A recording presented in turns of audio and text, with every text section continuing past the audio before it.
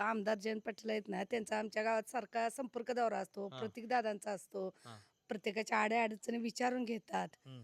आणि त्यानुसार त्यांच्याकडून आम्हाला निधी चांगल्या प्रकारे येतो. त्यामुळे त्यांचं मतदान म्हणजे होणार चांगल्यापैकी. त्यांना मतदान होणार. होणार हो. इथनं उमेदवारी जिल्हा परिषदला आहेत कोण काय कसं काय? जिल्हा परिषदेला बोरगाव गावच्या हे आहेत कांताताई शिवाजी वाटेगावकर हां. आणि पंचायत समितीला रुपालताई सपाटे बरं. ह्या उभा आहेत.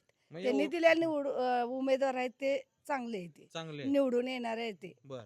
मला सांगा ते काय म्हणजे जे उमेदवार आहेत ती कामाची माणसं आहेत का किंवा कामं करणारी माणसं हो, आहेत? कामं करणारे आहेत. त्यांचं ते म्हणजे ते ही करून निवडूनच दिलेत हो साहेबांनीच हां. त्यातनं. म्हणजे मुळात ती माणसं चांगली चांगली आहेत. असल्यामुळं हां. संधी दिली आहे उमेदवारी. आणि एकदा रुपालताई सपाट पंचायत समितीला निवडून आले. त्यांच्या बरं. कामामुळे त्यांचं कौतुक पण झालं या. बरं, बरं, बरं. म्हणजे ह्याच्या अगोदर त्यांनी कामं केलेली आहेत केलेले आणि म्हणून आता परत पुन्हा संधी दिली पुन्हा आहे. आणि त्यांना संधी दिल्या कामाच्या असल्यामुळं. बरं. मग यावेळी इथला मतदारसंघ जो आहे किंवा इथले मतदार आहेत त्यांना संधी देतील? देणार की.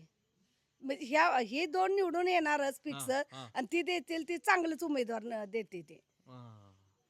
वातावरण तसं आजूबाजूला आहे का? चांगलं आहे वातावरण. हां. कारण साहेबांच्या माध्यमातून गावातील बरेच कामे झाली ती न होणारा रस्ता नकाशात रस्ता नसणारा सुद्धा तिने पुराच्या काळात माणसाने बाहेर जायला वाट नव्हती त्याने तो रस्ता करून दिलाय.